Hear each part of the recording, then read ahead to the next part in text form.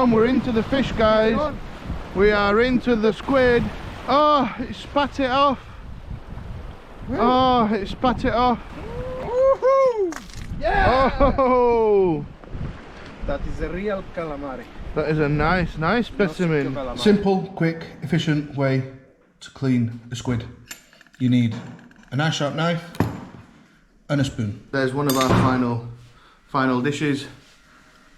Oh, that yamas. Cheers, everybody. Is everybody enjoying it? We're loving it. Hello, everyone. This is the trip we've been waiting for. This is the fishing trip that we came to Cyprus to do. We're going to try and catch calamari, squid, from the shore on beautiful rock marks, perhaps a beach mark if we have to move, if we don't have any success, using the technique called egi, E-G-I, egi, a Japanese technique. So what is egi? Egi fishing is lure fishing. It is a lure like any other LRF or spinning or jigging. It's a plastic lure that's intended to mimic the calamari's natural prey, which is most likely to be crustacean, small fish. So what makes it so different to spinning, to LRF, to jigging or anything else? It has all its own equipment because there has been a big study behind it. So like any lure, like any form of spinning, the blanks, the reels, the technique, the research and development behind the actual lure, it all comes together to create its own unique technique and style of fishing. So I'm going to pass you over to our cousin Elias, who is one of the best on the island at egi technique, and he's going to explain and demonstrate the technique. So to begin with, guys, an egi rod is like any other lure rod. However, it's specifically designed to make the egi lure have an amazing movement in the water to really mimic a prawn. The blank is very delicate.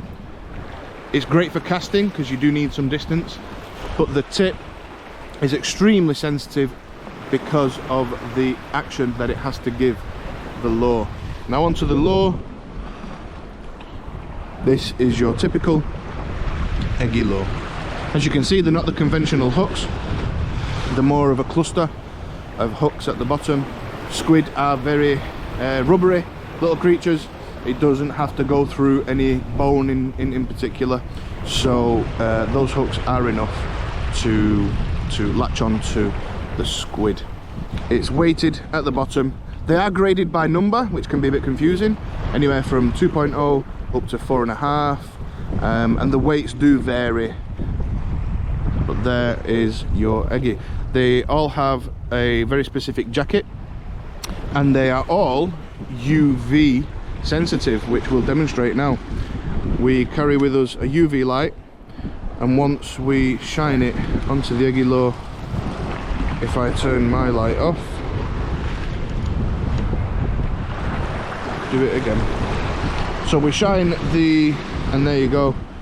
It starts to glow UV, which the squid love. It's easy to find because it is nighttime fishing. Now onto the technique.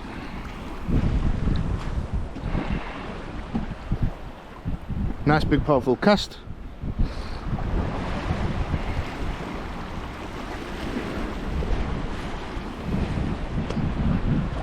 Now the idea, guys, is to work the water table. Squid can hunt at any depth, right from the surface right to the bottom.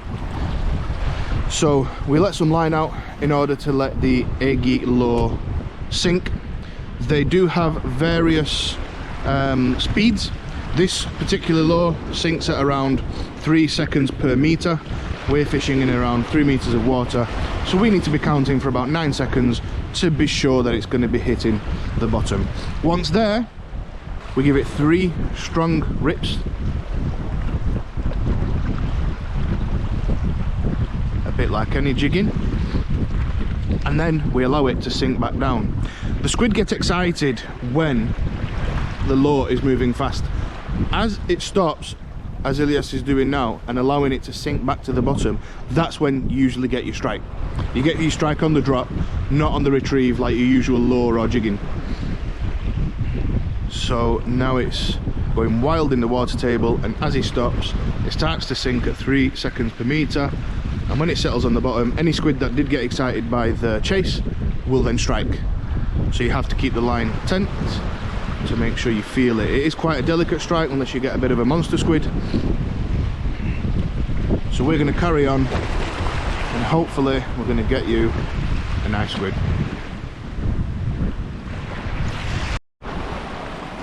Oh, fish on, we're into the fish, guys. We are into the squid. We are into the squid. First cast in the new location. Oh, it spat it off. Oh, it spat it off. 100% squid. But this is good news. This is good news. 100% squid. Sorry, let me. I'm in your way. I'm this way. Do you want to go that way?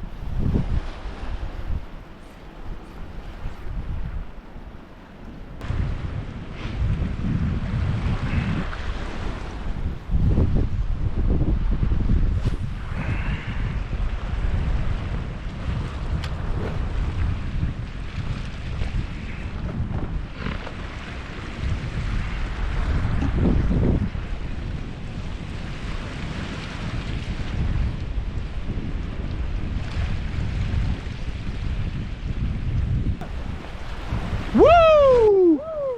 Fish on!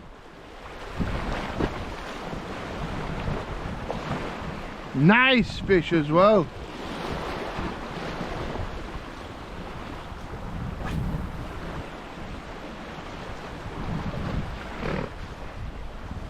Woohoo!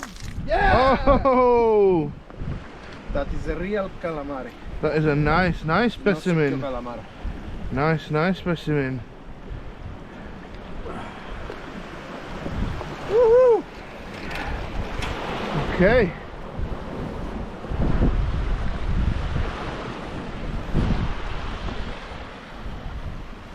And there we have it. A beautiful Mediterranean squid. Look at the colours on that. Look at the big old eyes to hunt with in the dark.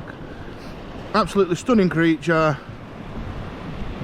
Big well done to cousin Elias for the first one of the session. Hopefully the first of many. Yeah.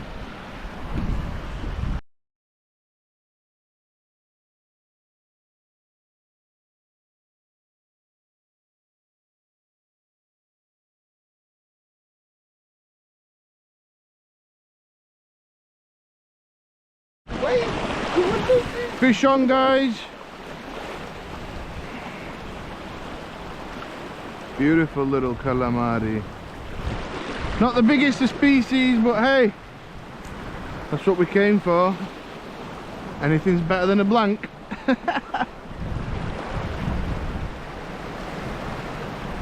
Finally, this is what we came for. The whole trip was intended for some winter squid fishing in Cyprus, from the shore or from the boat, but I've always had something about doing it from the shore that's really intrigued me, with this wonderful eggy technique. And this is one of my first shore caught calamari, but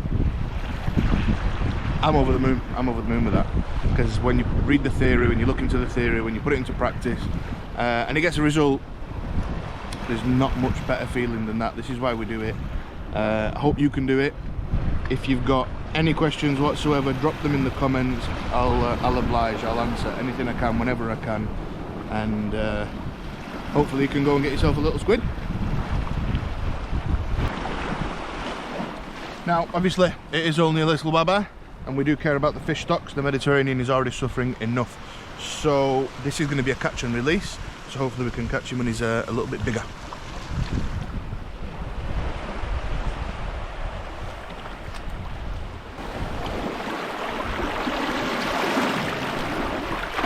And there he goes. Okay guys, it's time to clean our squid. I've heard too many times anglers refer to them as slimy little things, useless little things. They'll just catch them, chuck them in the freezer to use for bait, which is fine. It'll save us money down the road. But perhaps you could use the offcuts as bait, use the heads and tentacles as bait if you don't like to eat those. But we need to treat it as a fantastic source of protein, a fantastic fish.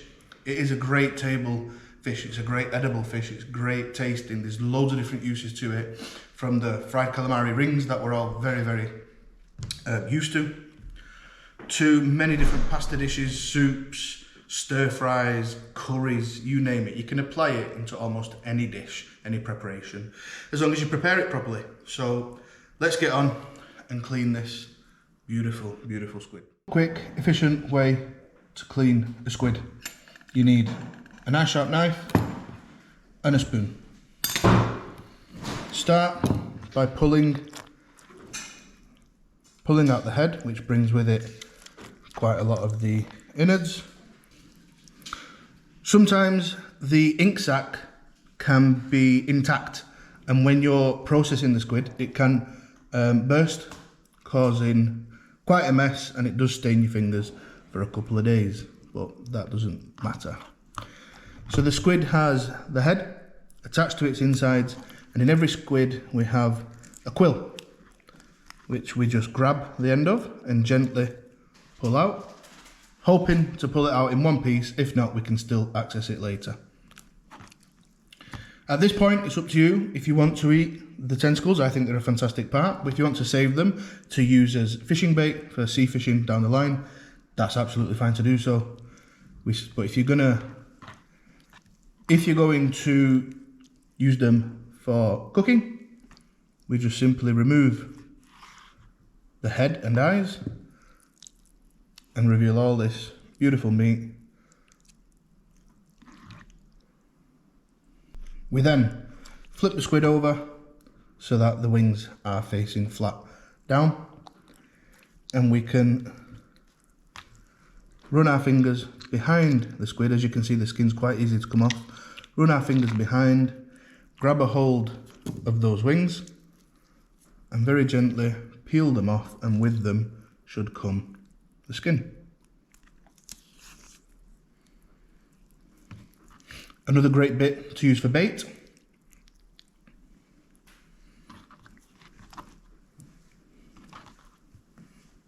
Now we have revealed the main body of the squid, the part we all love to eat. We'll give this a quick rinse and I'll show you how to process it for a couple of different applications. Now that we've rinsed our squid, we're going to slice it up ready for cooking. The spoon is needed in case you want to do squid rings. If you want to do squid rings, you're going to need to get the rest of the inside of the squid out without damaging it. If we're making crosshatch squid, naturally we can just cut down and then scrape it out. So we're going to do both. We'll start by some squid rings, and then the second half I'll show you how to crosshatch. So with the spoon, you go into the squid and just scrape out anything that might have been left inside of it. There we go, we did a good job pulling the head out because there's not a lot there. At this point, I don't have to tell you how to suck eggs. Nice squid rings, keep them a good centimetre thick so they don't dry out in the fryer. And there you have beautiful, beautiful squid rings ready to fry. One of my favourite uses for squid, it makes the dish look better, it makes the sauce coat it better, it's the crosshatch method. How do we do this? We run our knife up so that we get as much surface area as we can of the squid. Again, if there's anything left at this point, you can just scrape it out with the knife. And this is the fun bit. This is my favourite way to prepare a squid for the table. Starting at its uppermost point, we go across with the tip of the knife, just slightly scoring it, almost like you're scoring a piece of pork rind for your Sunday roast. And it doesn't have to be a perfect science. The neater you are, the better you are, the nicer it'll look. But as long as you get some horizontal lines going across, and then flip your squid and do some lines going in the opposite direction. We're hashtagging, hashtag squid, or we're cross-hatching this squid. At this point, it's all perfectly cross-hatched. We can cut our sections out.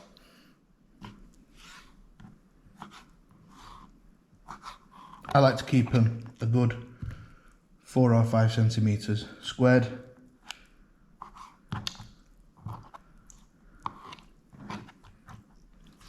And what this does, as the squid cooks and the heat applies to it, it stretches out, and as it stretches out, all these cross hatches emerge, just like you would a crackling, and they're perfect little channels just to hold all the sauce in whatever preparation you're making. Even if you're just dipping it in flour and frying it, when you go into your sweet chili sauce or whatever you're dipping it in, it's just all those grooves are perfect for the job.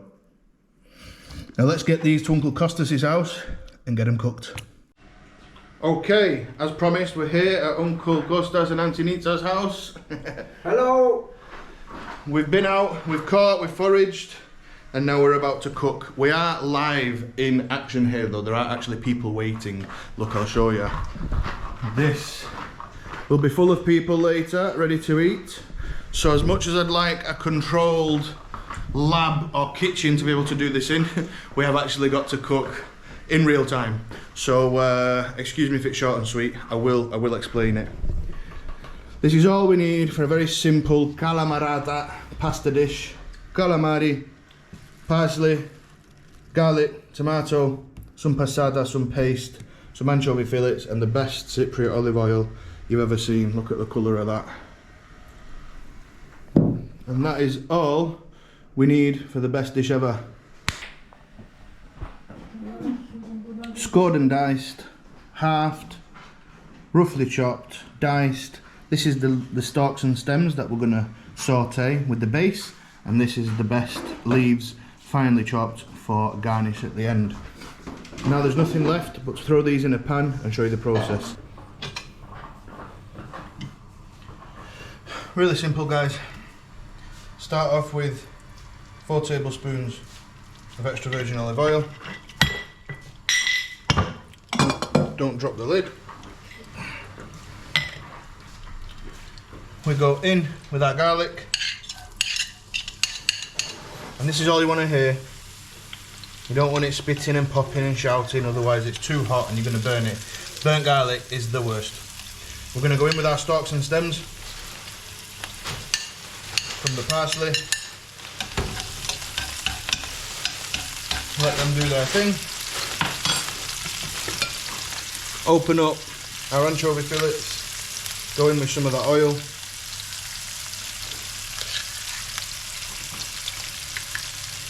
And throw those in as well. That's going to add a great sapidity to the dish. They're just going to melt away. You're not going to tell that they're there, but they're going to add a great, rich seafood umami. You kind of don't know it's there, but you know it's there. It's making the dish just excellent. They will melt away as the dish cooks. Beautiful. When you can see that the anchovies are pretty much melting away, there's nothing left of them. You don't want any colour on the garlic. This is a 3 to 4 minute process on medium heat. We then go in with 1 tablespoon of tomato puree. And again, we're going to cook this out, otherwise it's going to be quite bitter, sour. We want to cook that out for a few minutes just to release those aromas and cook out the sour tomato concentrate.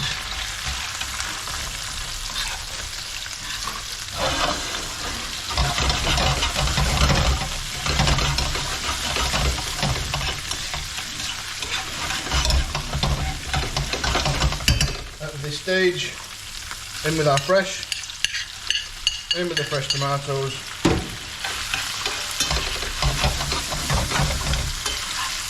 Give it a good old mix and let them do their thing. We're just going to cook them out for 5 minutes. Now you can turn the temperature up, and we're going to cook those tomatoes out for 5 minutes, just until they're nice and soft and ready to deglaze with our white wine.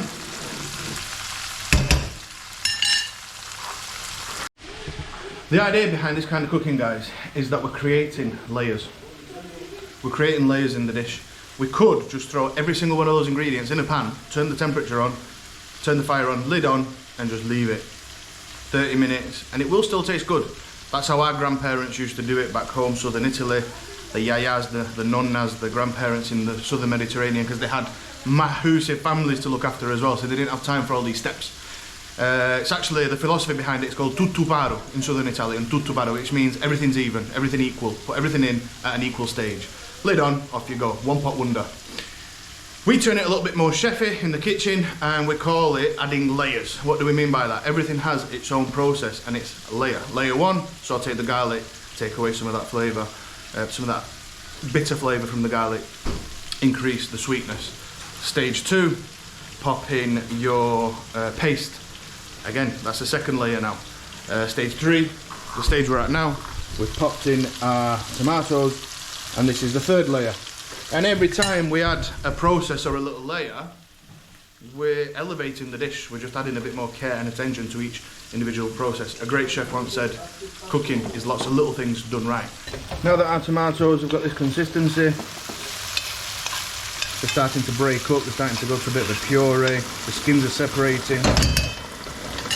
The pan is hot enough to deglaze with a nice wine.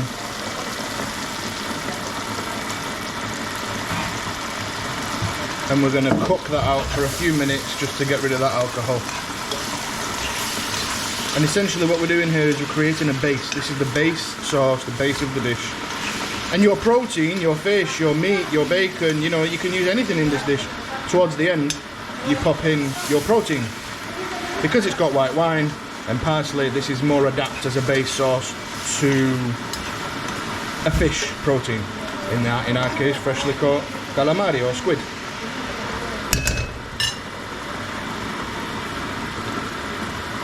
Now that we've cooked out the alcohol, out the white wine, we go in with our passata.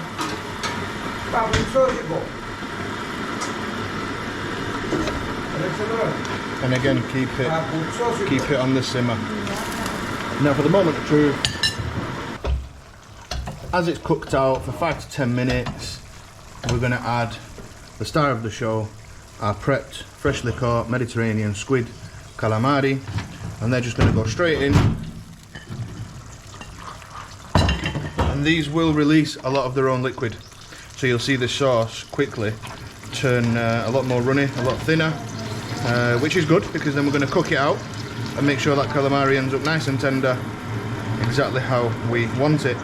At this stage we'll mix it all up, pop a lid on and leave it to simmer very slowly on the lowest setting for about 30 minutes.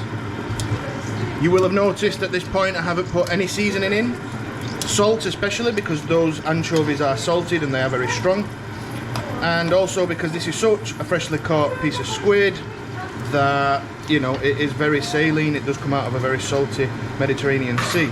And I won't put pepper in at this stage because it will taint the dish a little bit too much. We'll add that to the end just to taste. And as you can see, all those scores have created that perfect effect, that cross-hatched. They curl up, they catch all the sauce, exactly how we intended. Beautiful. The calamari pasta is on, the base sauce is simmering away for 30 minutes, and in the meantime I'm going to show you what Uncle Costas is up to.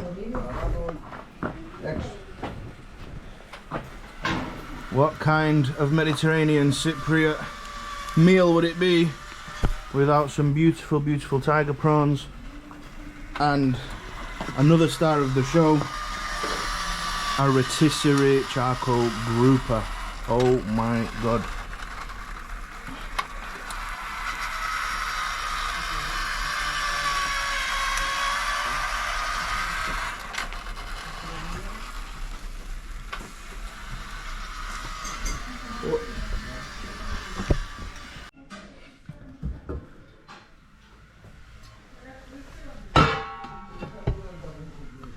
After your 30 odd minutes cooking time, this is what we're left with, our beautiful sauce.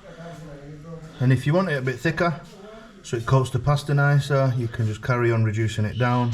I like it like this because it just goes longer, it goes further. Our crosshatch squid worked a charm. I checked it for seasoning, it doesn't need any salt. The anchovies and the squid itself were enough. So now we've prepared our pasta, and that is all you need. A nice bowl of pasta, mixed in with your squid sauce. What more do you want? All that's left to do is have a bowl together.